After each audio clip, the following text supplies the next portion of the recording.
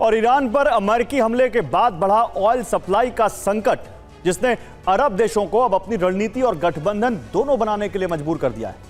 इसमें पहला कदम था मक्का पैक्ट, यानी ऐसी संधि जिसमें बंधे हुए देश अपनी सुरक्षा खुद सामूहिक रूप से करेंगे। अमेरिका का उन पर कोई नियंत्रण नहीं होगा। ठीक ऐसे ही अब ऑयल सप्लाई और अरब के दूसरे देशों की सुरक्षा के लिए भी एक नई संधि की तैयारी हो गई है। यह संधि होगी इराक, ईरान और सऊदी अरब के बीच।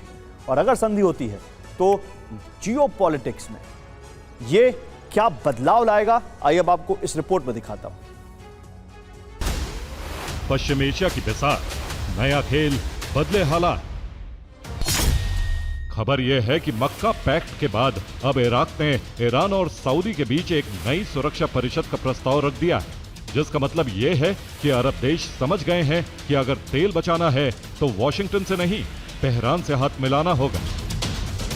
दरअसल इराक के राष्ट्रीय सुरक्षा सलाहकार ने ईरान और सऊदी अरब के सामने यूनिफाइड सिक्योरिटी कोऑर्डिनेशन काउंसिल बनाने का प्रस्ताव रखा है, जिसका मकसद ये बताया है कि अगर प्रस्ताव पर सहमति बनती है तो अरब में एक ऐसा क्षेत्रीय सुरक्षा ढांचा बनेगा जिस पर अमेरिका का कोई नियंत्रण नहीं होगा। उनके मुताबिक ईरान को पड़ोसी देशों से बिना अमेरिकी हस्तक्षेप के स्वतंत्र क्षेत्रीय व्यवस्था बनाने के संदेश मिल चुके हैं। दरअसल हॉर्मुज़ स्ट्रेट में एक बहुत ही सीक्रेट खेल खेला जा रहा है। दुनिया के सबसे महत्वपूर्ण चोक पॉइंट पर 80% ऑयल टैंकर अचानक गायब हो रहे हैं। ये जहाज ऑटोमेटिक आइडेंटिफिकेशन सिस्टम बंद कर देते हैं और ओमान के किनारे किनारे छिपकर अपनी यात्रा पूरी करते हैं। रात के वक्त अमेरिकी सेना इन जहाजों को कवर और सुरक्षा देती है।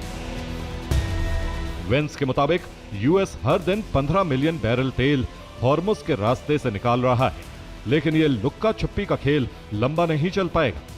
अगर ईरान ने अपनी नौसेना पूरी तरह से उतार दी तो डार्क फ्लीट किसी भी काम नहीं आएगी। पिछले महीने अमेरिका ने बुल्गारिया के बेजमेर एयरबेस पर 2 KC-135 टैंकर तैनात किए थे, जिसे लेकर ईरान ने चेतावनी दी थी कि अगर अमेरिका ने तनाव और ज्यादा बढ़ाया तो बुल्गारिया और साइप्रस में मौजूद अमेरिकी ठिकाने सीधे निशाने पर होंगे। और इस धमकी के कुछ दिन बाद ही बुल्गारिया ने यूएस के टैंकरों को वहां से हटवा दिया। हूती विद्रोहियों ने सऊदी अरब के यानूब ऑयल टर्मिनल को फिर से टारगेट कर लिया। लाल सागर में 1000 किलोमीटर की दूरी पर एक टैंकर पर हूती ने हमला कर दिया।